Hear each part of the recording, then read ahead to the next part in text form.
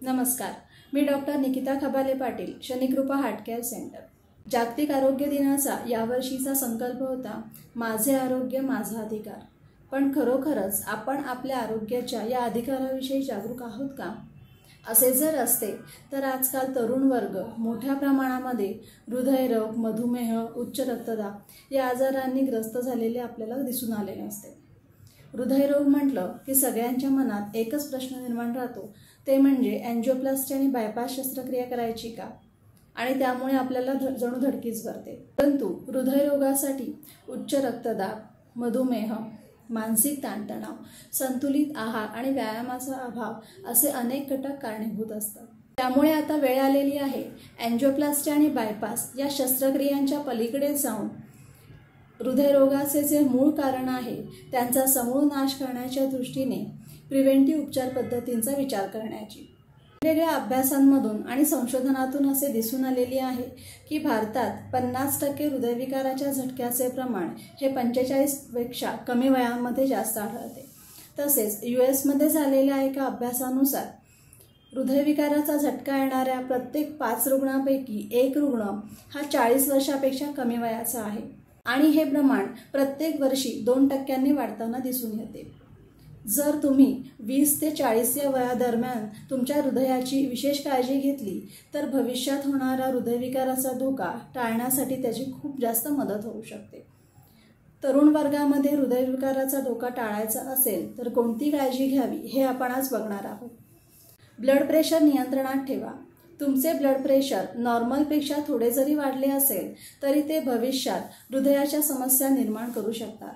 त्यामुळे वर्षातून किमान एकदा किंवा दोनदा तुम्ही तुमचे ब्लड प्रेशर नियमित चेक केले पाहिजे।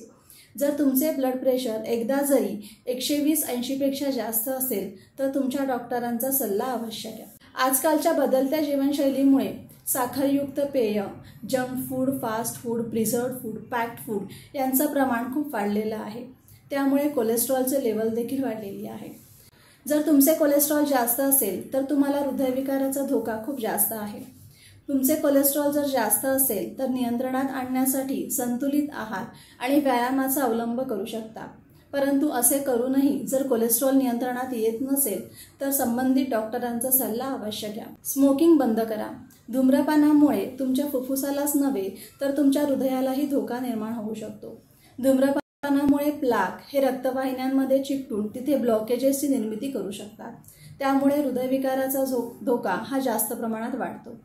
धूम्रपान करणाऱ्या व्यक्तींमध्ये हृदयविकाराचा धोका हा नॉर्मल व्यक्तींपेक्षा 3 ते 4 पटींनी वाढतो। त्यामुळे तुम्हाला तुमच्या हृदयाची काळजी घ्यायची असेल आणि जर तुम्ही स्मोकिंग करत असाल तर वेळीच स्मोकिंग बंद करा। अतिप्रमाणामध्ये बॉडी बिल्डिंग करू नका। आजकाल तरुणाईमध्ये बॉडी बिल्डिंगचं फॅड खूप वाढलेलं आहे। बॉडी बिल्डिंग करण्यासाठी अतिप्रमाणामध्ये प्रोटीनयुक्त आहार घेणे, पाणी कमी पिणे, रात्री उशिरापर्यंत जागे राहणे अशा सवयी चालू असतात। याचा शरीराच्या चयापचय प्रक्रियेवरती परिणाम दिसून येतो।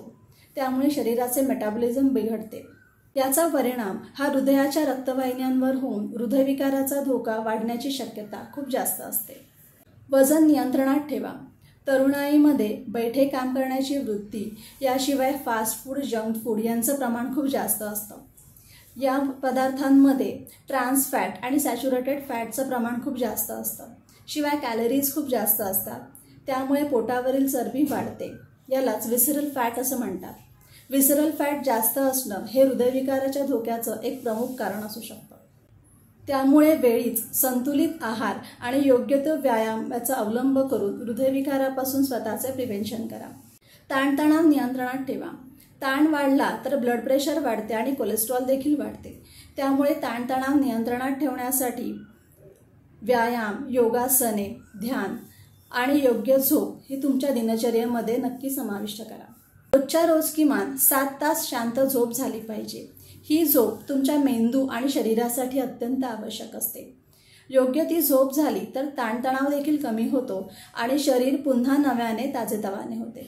तुम्हालाही जर हृदयविकारापासून स्वतःचे प्रिव्हेंशन करायचे असेल तर वेळीच शनिकृपा हार्ट केअर सेंटरच्या पुणे, मुंबई, नाशिक, रत्नागिरी, चिपळूण, कोल्हापूर या सेंटरला अवश्य भेट द्या आणि आमच्या प्रतिबंधात्मक उपचार पद्धतींचा फायदा घ्या। हृदयरोगाला स्वतःपासून दूर ठेवण्यासाठी प्रिव्हेंटिव्ह ट्रीटमेंटचा नक्की अवलंब करूया. धन्यवाद.